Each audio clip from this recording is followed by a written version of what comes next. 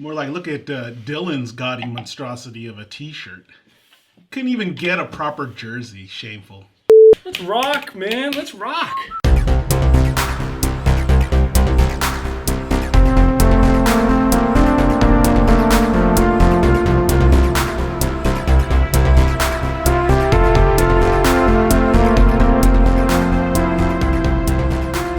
Welcome to Curiosity Public. I'm Dutch. Jules here. Dylan. We got a little tape delay here because Dylan is on location and we're having to patch him in. But welcome to another episode of the Curiosity Public Ultimate Spirits Competition. And in this episode, Cincoro, Tequila, Cincoro Añejo. Yeah. Now I got to get this out of the box because this box is out of control. It's beautiful. I mean, it is. And it's a real box. It's a real box. I mean, that's hard cardboard. They spend money. This is solid. This is solid. I mean, you could build a house out of this. Oh, yeah. And the nice thing is when you open it up, they've got this nice little greeting card here that, tells you to sip, savor, and smile, and, a bunch of other stuff about thank you for purchasing this. But the bottle here, let's see if I can get it out of here, is kind of a beast. Woo! And I'm going to get rid of this. I mean, it is huge. It is... That's what she said. It is angular, and it's got this massive stopper on the top. But, I mean, there's a rule of thumb, usually with tequila, which is the more ostentatious the packaging is, the worse the tequila is. So we're going to have to see Really? what's up with this one. I'm going to crack into this and get us poured. And this is a new bottle. None of us have tried it, but I did crack it open and pour a sample bottle for Dylan since he's off site and sent it to him so he would enjoy it. But none of us have actually tried this yet. So, I mean, I know a little bit about the history. I know there's some basketball player involved. The basketball player. His Airness, Right, sorry. man. Exactly. Michael Jordan, of course. And there's a lot of hype these days because Michael Jordan's last dance. Yeah, I'll get into that. Okay, I'm going to pour. You talk, man. All right, so this is Cincoro Añejo. It's from Destiladora del Valle de Tequila. And so it's NOM 1438 or 1438. And it's founded by a quintet. That's why it's cinco, right? And it's founded by Jeannie Buss. Jeannie Buss, you know who Jeannie Buss is, right? She has something to do with basketball. Yeah. Blasphemy. The daughter of Dr. Buss of the Lakers and Wes Edens of the Milwaukee Bucks, Celtics owners Amelia and Wick. And then the final owner is some dude I don't know, or actually it could be a woman. Michelle Jordan. I've never heard of them, but so they're the five. And what's important about this is that in 2019, the Añejo won gold at the New York International Spirits Competition. So it's good. And the bottle is designed by the gaudy monstrosity is designed by Mark Smith of Nike. So, if you're crapping on that bottle, you're crapping on Nike. I'm just going to point out, I've got a normal-sized bottle of whiskey here just to show you how massive this one is. I mean, it's huge. The bottle is supposed to invoke the agave leaf. So, the owner or the CEO says that we want to set the 5-star gold standard in the ultra premium category. That's why it's called Cinco Oro. Cincoro. So there you go. Cool. All right. Well, I mean, the bottle's massive, but we can talk a little bit more about that later. Let's try it. Let's get tasting, guys. So I have something to say, though. Full disclosure, Dutch and Jules made me go get this Riedel glass for this tasting. And, what is up with that? This is an official tequila tasting glass. you buy into the hype. Are you part of the Riedel fetish club? Yes, that's exactly what it's called, actually. Yeah. Buy into the hype hits the dude wearing the Lakers t-shirt.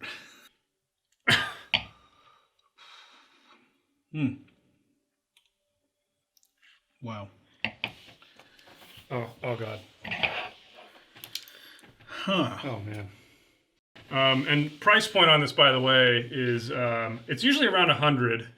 We were able to pick it up for I think 79, so you can find it a little cheaper. It's been a ton of hype, obviously, with The Last Dance and this bottle. So you never know what you're gonna find it for these days. So let's kick this off. Let's talk about the good. Do I have to go first? I'll go first. Go first.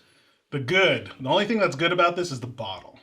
And the packaging. That's not even something you can talk about in this category. I am talking about it because that's the only thing that's good about this experience. Okay. Is the packaging and the bottle. Just being able to look at this. Anyway, yeah. I agree that I actually will go on record and say that I didn't mind the nose. It's a flavorful nose. It doesn't necessarily smell like a fine tequila, but it's there's an aroma there, and it's my first nosing of it actually was kind of interesting. It had a little bit of agave and had a lot of sweetness, but I kind of agree with you. I don't really have anything else good to say about this, Dylan. Yeah, I think what's good about it. It is a little bit tough. I would say it is a very soft, delicate liquor. I think because you can't taste that much of the tequila.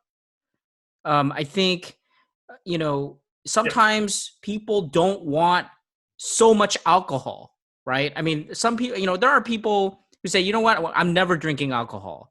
But if you needed a transition, I would say this is a pretty good transition liquor where if you didn't know anything about tequila and you say, you know what, I want to try sipping tequila and you want to bring somebody into the interesting world. This is the worst place to start, man. No, because then somebody's going to think that this is what tequila is supposed to taste like. No. You're thinking about tequila snobs. Eventually they'll say this is not kind of the best, right? But you're talking about you're surrounded by people who are tequila enthusiasts. But as you guys are not objective. You're very, very biased. I am always objective. So what I'm telling you is, if there was some random person off the street and they say, you know what, I don't like tequila because all they know is like Jose Cuervo and they used to take shots. And I say, well, no, you can sip tequila. And they say, what? You can't sip tequila. You just take shots. And you pour them one of this, I think they'll taste it and say, you know what, that wasn't too off-putting because it's very, very sweet and sugary. Okay. I see where you're going with this. If you have a proper guide in the process, if you have somebody guiding you through it, I could see that. But my fear would be that somebody would get hung up on this and be like, oh, that's what tequila is supposed to taste like, and then never explore kind of some of the true additive-free tequilas out there. All right, yeah, be quiet. Listen, it's like giving them a bottle of a cocktail. It's almost like 50% tequila, or maybe even less, and then rest is simple sugar, and they just kind of mixed it together and said, you know what, you can sip this. This is kind of like a tequila. Is this basically like what you would do for people with bourbon? You'd give them like Evan Williams Peach to start with? That's what. Hey, don't knock That's peach. what people That's start with. The flavored liquors. Liquors are. I mean, come on. The Red Hots, the Red Hot liquor. Those are the things that sell. But then when their palate gets refined, then they might start moving to actual tequilas. So you're supposed to talk about the good, and you guys are so biased because you're surrounded by super tequila nerds that you have to. You're just disconnected from the people. You're the 0.5%. I represent the common folk. Let's knock Dylan off his high horse here. If only Dylan was here in person, I'd slap him in the back of his head. Okay, guys, let's move on to the bad. Jules, you want to kick us off again? Sure, I'll kick us off. The flavor, everything. I mean, I didn't even get anything on aroma. You know, I wish this was. Yeah, it's just bad. Yeah, I'm right there with you. I mean, I couldn't take more than a couple sips of it. You know, it's approachable if you don't like tequila. I will concede that point. But I mean, this is just, you can tell it's adulterated. You can tell that there's additives in this. And for the viewers out there that aren't familiar with tequila, you can put up to 1% of a number of different additives, including glycerin and other kind of things that make it taste sweeter and give you a different mouthfeel. I mean, this has them by the boatload, you can tell, or the 1% at least. I mean, it has an artificial sweetness to it that if you taste additive-free tequilas and really pure tequilas that, you know, where you can taste the agave, it doesn't taste anything like this. This has very, very slight hints of it. But there's just this almost like a syrupy sweetness to it that is just extremely off-putting to me. And I'll just leave it at that, because I mean, I could say more, but I think that's really the best summation of it. I'll be concise, Dylan. Do you know what that means? There you go. I'm surprised you know words. All right, so should I go? Go ahead. Go for it. No, don't bother. Disconnect. I think we covered everything important. Disconnect this call. End transmission. I try to be very objective, you know, and I understand that, you know, this gentleman, Mikhail Hordan, you know, is famous and stuff. But, you know, the issue is that this is a terrible tequila. I feel sick, actually. It feels like I ingested a bunch of Splenda and sugar, and then they kind of put little drops of tequila to get a little bit of that aroma and a little bit of that flavor. But when I was tasting it, it just tasted like sugar. Yeah. It's like, you know, somebody got sugar and then they put. I mean, I don't even know. This doesn't taste like tequila for tequila people. I mean, like, this is terrible representation. But again, I stand by what I said. If you don't know anything about tequila and you say, I will never drink tequila or sip tequila, I mean, this is like 90% sugar. So don't start with this one. You know, you guys know that I'm not the biggest fan of Patron, but I would gladly, I would savor a glass of Patron right now over this, because say what you will about Patron, I don't think they use a lot of additives. They strip a lot of the flavors out. They do a lot of filtration and stuff to it, but man, it does not taste artificial and disgusting like this. It's just not very good tequila. I mean, this doesn't even taste like tequila. Yeah. Thanks for cutting me off. So you're welcome. The viewers at home, you're welcome too. End transmission. Yeah. So I wanted to finish by talking about the finish. All right. So anyway, the finish is terrible. Okay. It's like you're trying to make me describe. It's almost analogous to me trying to describe the finish in a Coca-Cola, right? If I drank Coke and you're asking me, hey, what's the finish? I'm like, what? It's Coca-Cola. There is no finish. That's what it tastes like. Right now, still, I have this weird synthetic something on it coating my tongue, and it's, oh my God, it's vile. I feel a little sick, honestly. I really, it didn't sit right. All right, guys, let's get to the final category, the ugly. All right, here's where we're going to discuss the non-flavor related aspects of this. Actually, go first, sorry. Jules. All right, because then you need to rename this, because this is nothing. There's nothing ugly about like the non-flavor things with this presentation. The bottle is amazing. It looks beautiful. It comes in an awesome box package. Something that is cool is, you know, it is so to represent.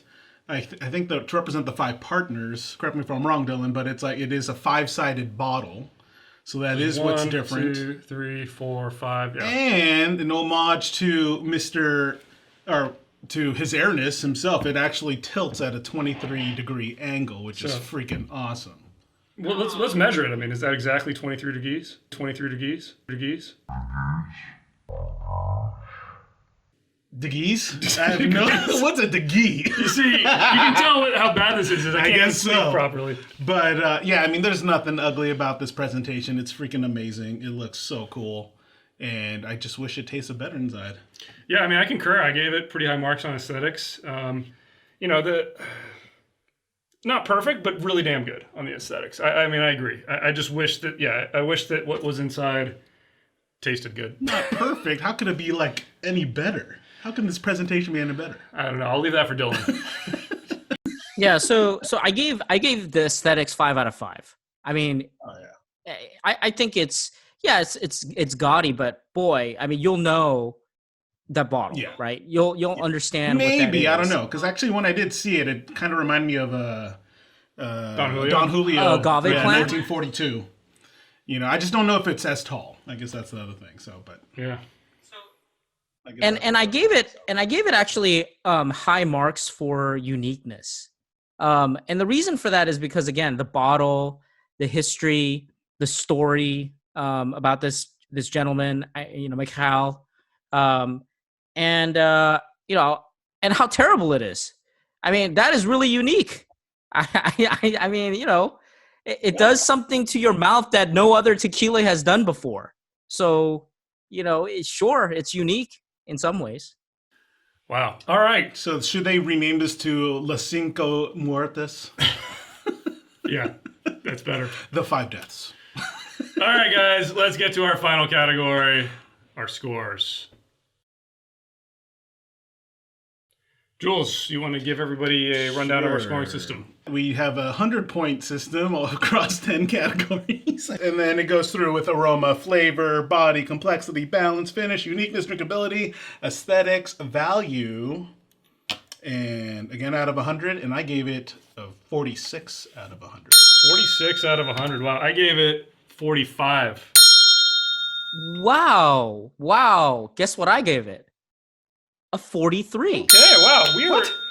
We're in like our cycles are synchronized or something. All right, guys, and that means that the official Curiosity Public Ultimate Spirits Competition score for Cincoro and Añejo Tequila is a 44. No medal. Which means no medal. Trash pile. Sorry, Miguel. I wanted to love this one, man, because I think you're an awesome, the best basketball talent out there. But this thing is, it's not enough.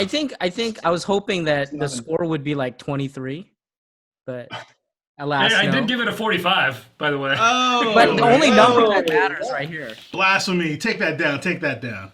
All right, guys. On that bombshell, Jules, take us out. Oh man, you guys tell us what you think in the comments below. We'd love to know if you've tried Cincoro, any of them, I guess, because that's the thing. This is the Añejo. There are the Blanco and Reposado. So. I think they've got a super or extra Añejo too. Oh, okay. And give us a thumbs up if you like this episode. Hit subscribe for more videos from Curiosity Public. And stay curious.